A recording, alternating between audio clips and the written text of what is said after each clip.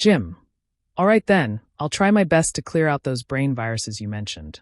Hopefully, once they're gone, I'll see the real world you talked about, and not end up like in the Matrix, only to find out that world isn't all that great either. Let's just get straight to the topic, or else by the end of our first conversation, I might realize I haven't even asked a single question. So here's my first real question, probably one of the biggest concerns for readers of this type of book, the issue of brainwashing. A lot of people say 10-Day Conversation by Taisha is a brainwashing kind of book. They started out confident about their study abroad plans, but after reading it, they suddenly felt like they didn't know anything anymore, like their minds had been wiped. And those motivational books, spiritual teachings, or so-called New Age courses. Many people describe those as a form of brainwashing too. They're afraid they'll read a book like that and come out the other side as a completely different person. This Taisha book seems to be another one of those teachings about how to think and solve problems. As the author, what's your take on the idea of brainwashing? Are you trying to brainwash me or the readers of this book? Taisha, when someone says, "I don't know anything anymore," that's when they're actually beginning to know something. Isn't that the true value of 10-Day Conversation by Taisha when it comes to study abroad preparation? The Taisha book teaches this. You only see what you want to see, and you only believe what you've already chosen to believe.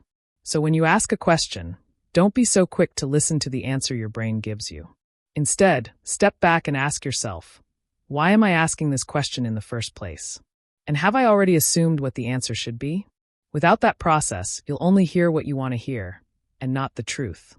People who ask about brainwashing usually come with a built-in assumption. I am rational, pure, awake, and smart. I've never been brainwashed. Brainwashing makes people lose their reason and wisdom, so I need to guard myself against it. This assumption carries layers of tangled beliefs that are themselves messy and contradictory. And it's those tangled thoughts, the chaos spread by brain viruses, that create the same kind of chaos in people's lives. We'll need to untangle it step by step before we can truly answer your question effectively. You are your thoughts. Thought is the source of all experience. The reason you think you can be brainwashed is because you're still living in a dream. In that dream, you believe you're powerless, that external things can affect you. Being afraid of brainwashing is like walking down the street afraid of getting hit by a car. You believe the world around you is dangerous, and you're just a possible victim. So you stay on guard, constantly trying to protect yourself from harm. This victim mindset is one of the most stubborn brain viruses there is. You might think these fears are protecting you, but in fact, they're what's causing all your problems. We're not yet ready in this first conversation to dive into the full mechanics of thought and creation, so for now, just hold on to this conclusion. Thought creates everything. Fear is the root of all conflict. In our fifth conversation, we'll fully address and clear your deeply rooted belief that you are a victim and that external forces can control your life. Still, even within your dream, even if you believe you're a victim and not a creator, there is a way to tell what is or isn't brainwashing. Thought is the source of all creation. Harmonious thought leads to a harmonious life. Your thoughts should naturally be pure, harmonious, and virus-free. Pure thoughts create equally pure experiences. If you don't carry inner doubt or fear, you won't experience outer struggle or hardship. Nothing unexpected will happen. But when people look at their lives, they know this isn't true for them. Every day, they face an uncertain future. They hope for one thing tomorrow and fear another the next day. Most people admit they can't predict what's coming, let alone create their own experiences. When you fall into the illusion of time, you'll inevitably fall into expectation and fear. Almost everyone sees themselves as a subject of circumstances, not a creator of them. Maybe you think you're in control of your life and that you can overcome hardship. But when you say that, your idea of hardship is still external. What you're really saying is, life is dangerous. There are challenges out there. Those challenges vary in size. I can be affected by them. Deep down, you still don't fully believe in your own creative power. And you know that because you still experience fear of the unknown and expectation. Those two, fear and expectation, are signs that you still think like a victim. And that victim-based mindset, full of fear and hope, is direct proof that your brain is still not clean. Because most people's minds are messy to begin with, they live in a fog of mixed fears and expectations. So they can't even clearly tell what counts as brainwashing and what doesn't. Most people have no real basis for knowing whether they're being brainwashed or not. They just keep persuading themselves that this thing is or isn't brainwashing. Their thinking is tangled. So really, your question is asking, what are the principles for telling whether something is brainwashing? Taisha, the principle is simple. Anything that constantly pushes you to chase the external world, that pulls you further away from the truth of yourself, that tells you external forces can hurt you. Anything that causes you to place blame outward, to live in expectation and fear, to worry, to crave, to immerse yourself in the illusion of separation. These are all mechanisms that strengthen the control of the brain viruses. These are what we call true brainwashing. And the result of brainwashing is that you begin to believe that you are powerless, that you are a victim, that you must be constantly on guard against external threats. You start chasing separation in order to feel safe or happy. Fear and expectation are the inevitable outcomes of a separated thought system. So brainwashing always goes hand in hand with fear and expectation. The moment you notice yourself caught in fear or expectation, you are being brainwashed. By contrast, anything that leads you inward, toward self-awareness, self-understanding, the restoration of your creative power, that frees you from being a victim and from fear, that brings inner peace and a true sense of self, is guiding you toward liberation and awakening. This process of cleansing the viruses in your mind is what true anti-brainwashing looks like. In short, anything that turns your attention outward is born from brainwashing. Anti-brainwashing always brings you back to yourself. With this perspective, you'll begin to understand how real brainwashing happens. From the moment you were born until now, you've been undergoing a constant process of brainwashing. Nearly every book you read, every TV show, advertisement, newspaper article, piece of education, and even the conversations and behaviors of the people around you, are all directing you outward. They tell you to pursue success, wealth, recognition, world peace, planetary health, everything pointing outward. They are all saying, you are a victim. You must change the external world in order to be happy. All of this is brainwashing. Think about the purity of a newborn baby and the chaotic thoughts of most adults. You'll see that you've been brainwashed for decades. And in this long process, you've developed layer upon layer of viruses in your mind.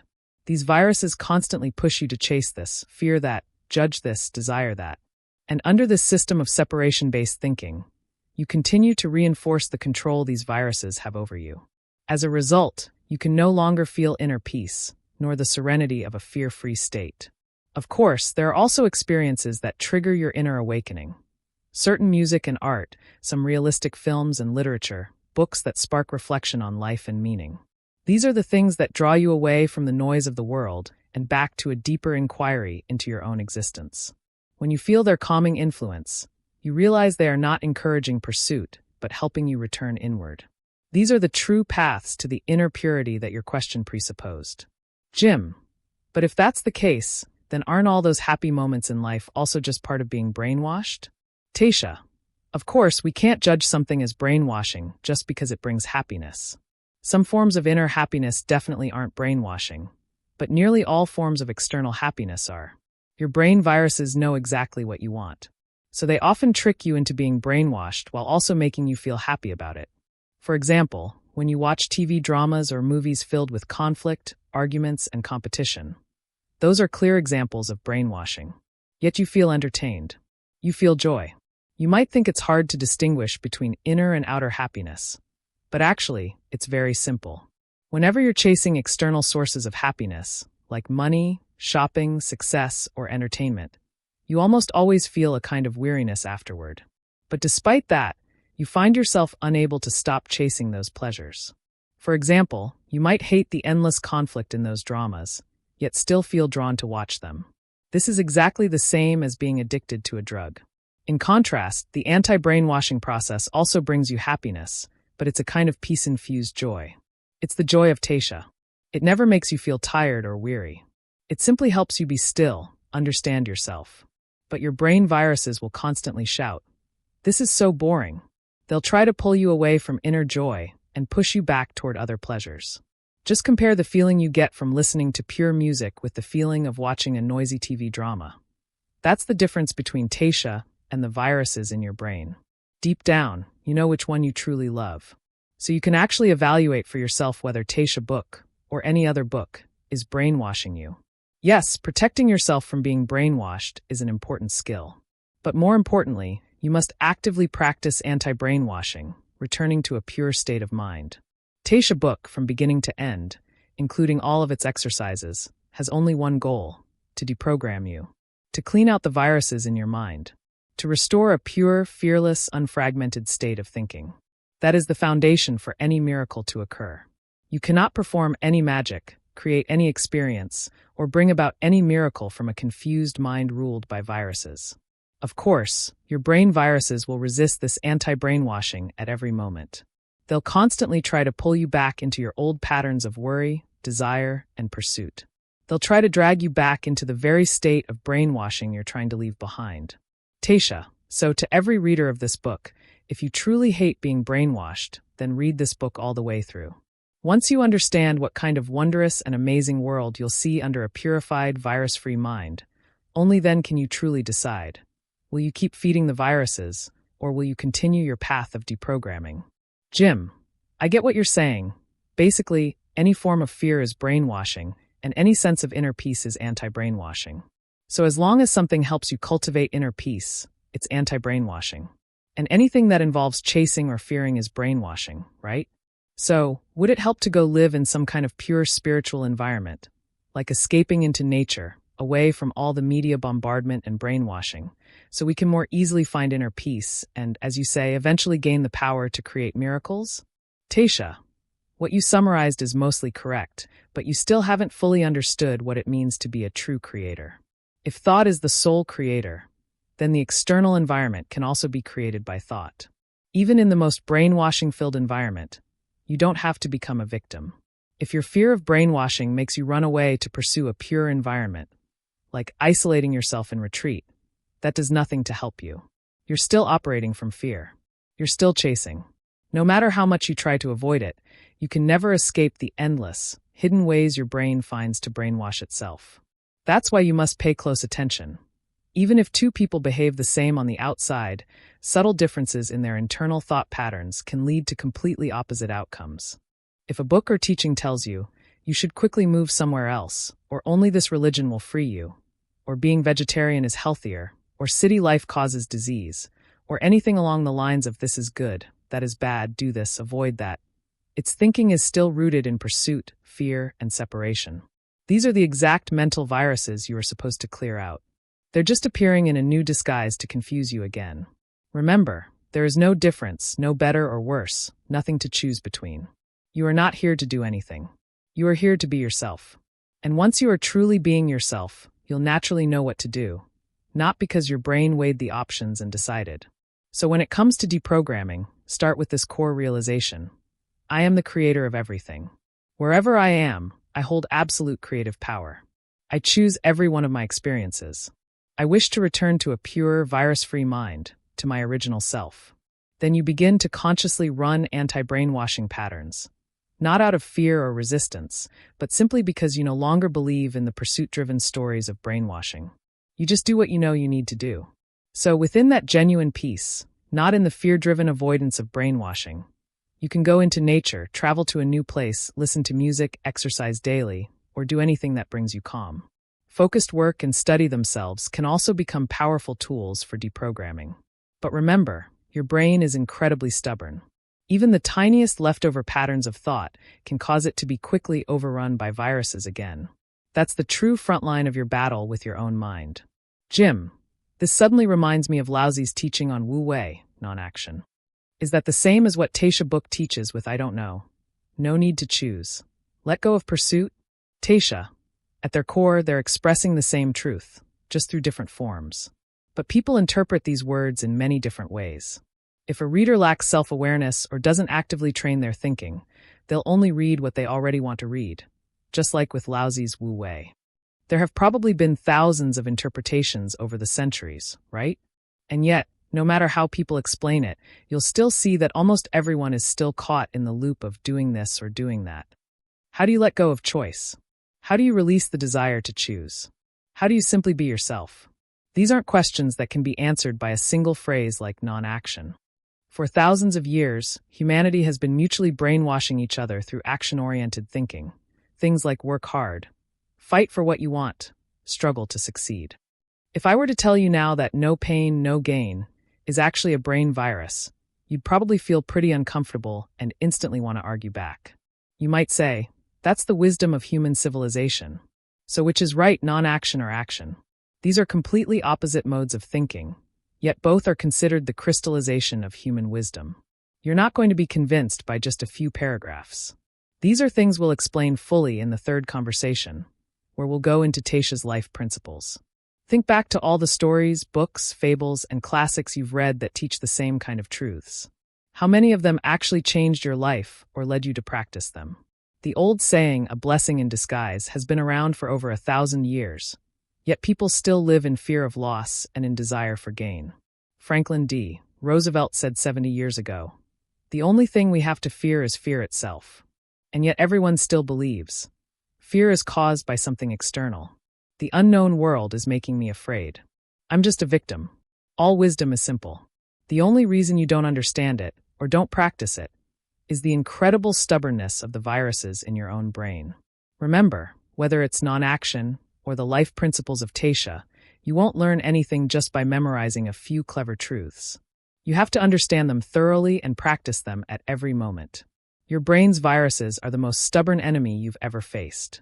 And unless you're willing to go through conversations like this one, clearing them bit by bit, examining them from every angle and every layer, you will never win the battle against them. Jim. All right, I'll admit it, Taisha Book and books like it contain a lot of profound insights.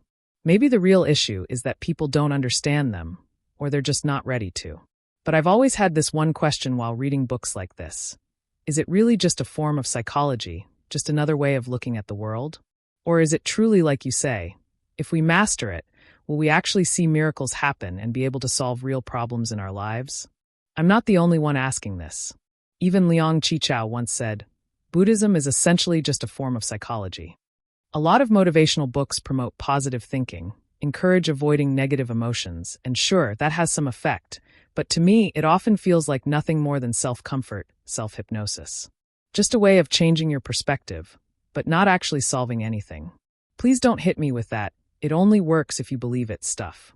I'm not like Kung Fu Panda. I'm not going to hypnotize myself into thinking I'm a legendary warrior just by looking in the mirror. Taisha. First of all, I doubt Liang Qichao actually said Buddhism is just psychology. That word just is a form of dismissal and belittlement. And when you dismiss or belittle anything, you are really dismissing or belittling yourself. If Liang Qichao did say that, then it was only from within the illusion of his mind. He didn't truly understand Buddhism or psychology. Just like you don't really understand either. Now, say this with me in your heart. I don't know. Of course, if thought is the only reality, then every form of science, religion, culture, and creation is fundamentally psychology. There is no difference. But laws are still laws. True power and true knowledge objectively exist. Whether or not you know them, understand them, or believe in them, they still operate. Just like, did the theory of relativity not exist before Einstein explained it? And if it couldn't be used to produce real effects, then understanding it would be meaningless. Philosophy, religion, psychology, or any branch of science all exist for a reason.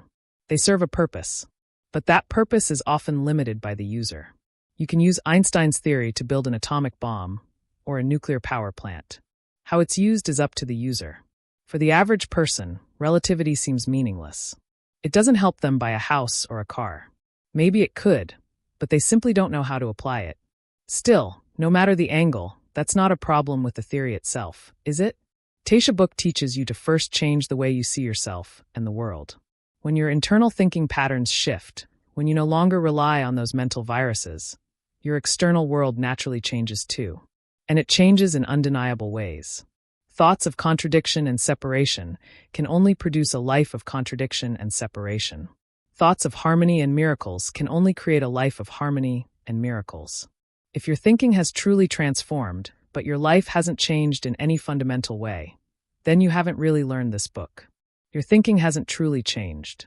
Understand this, these changes are real. They happen every moment.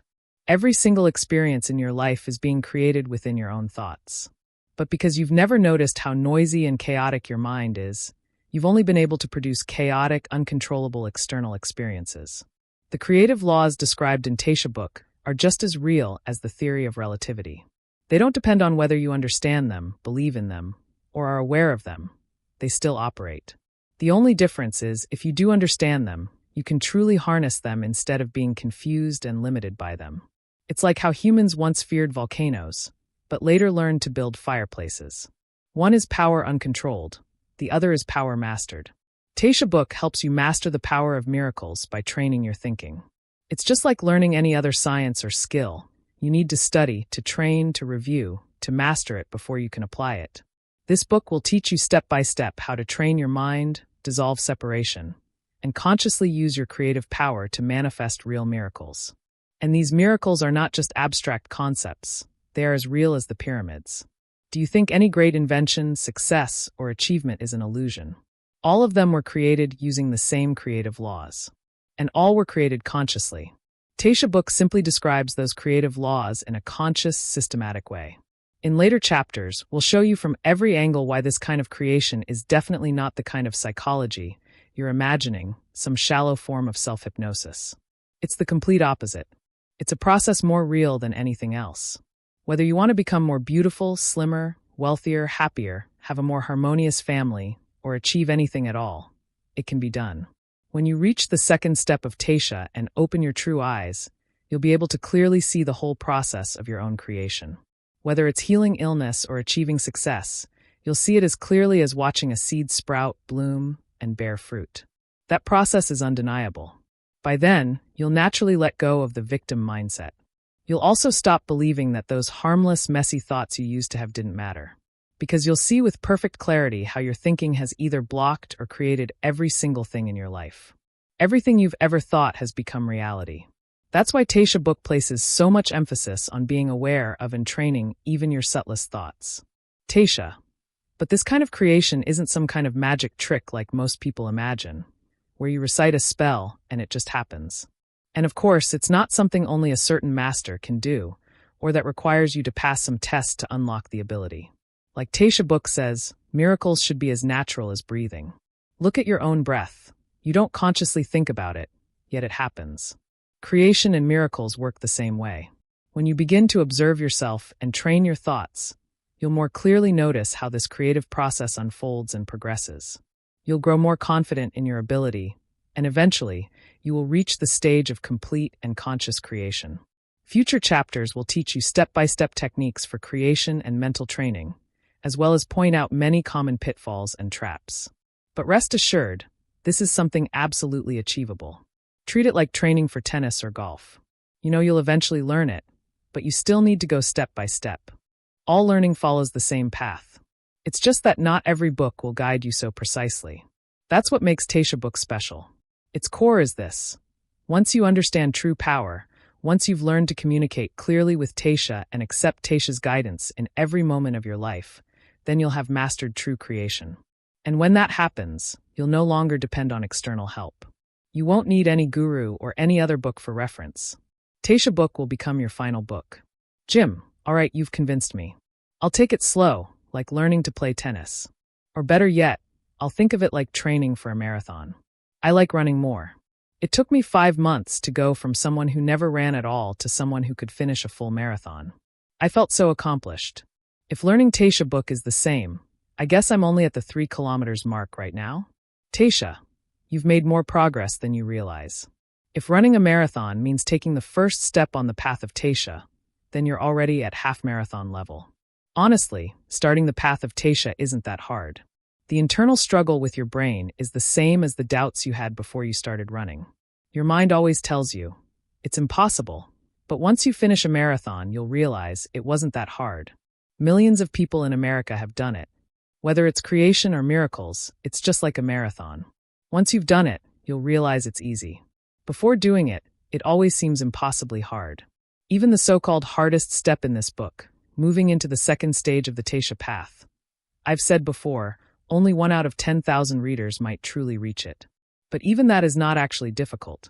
Right now, there are over 100,000 people around the world who are in the second stage of the Taisha path, consciously creating from that space. They've already produced countless brilliant works, businesses, services, and pieces of art. They're shining stars in every field. How could that possibly be some unattainable dream?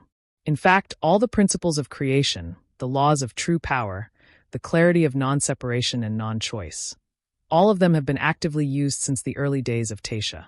From its startup 10 years ago to becoming China's largest international education consultancy. This was all achieved through the power of creation. But even if I repeat again and again, it's easy, there's no difference. Your brain viruses will likely respond the same way they do when you read stories of other people's success. They'll keep telling you, those people are different from you. You don't have the ability, the connections, the capital. You've got nothing. So of course you can't do what they did. You've been in constant battle with your brain's viruses. Many people never learn simply because they haven't even started. They haven't practiced. The moment they hit a small obstacle, they assume it's impossible. But the real problem isn't the lack of miracles or power. It's their own fear-based thought patterns that block them. That's the real enemy, not the creative laws or the truth of miracles. That said, even though I just told you you're at half-marathon level, I still need to warn you. Comparing progress with others is meaningless. In fact, it's a limitation, and yet another pattern of brain virus. When you compare, you are looking for separation between you and your brothers and sisters. Remember, do not judge. Don't look for differences. There are none. Someone might spend a lifetime uninterested in running, and then one day, something small changes them, and they suddenly run better than someone who's trained for decades. Another person might train for 10 years, almost qualify for the Olympics, then suddenly quit and never run again. But also remember this quote from Taisha Book. This is a final exam in which everyone is guaranteed a perfect score. The quizzes along the way don't count. In the end, everyone will awaken and cross the desert. In fact, everyone is already awakened. That's the unchangeable truth of who you are. So you don't need to worry. You don't need to wait. And you absolutely don't need to compare.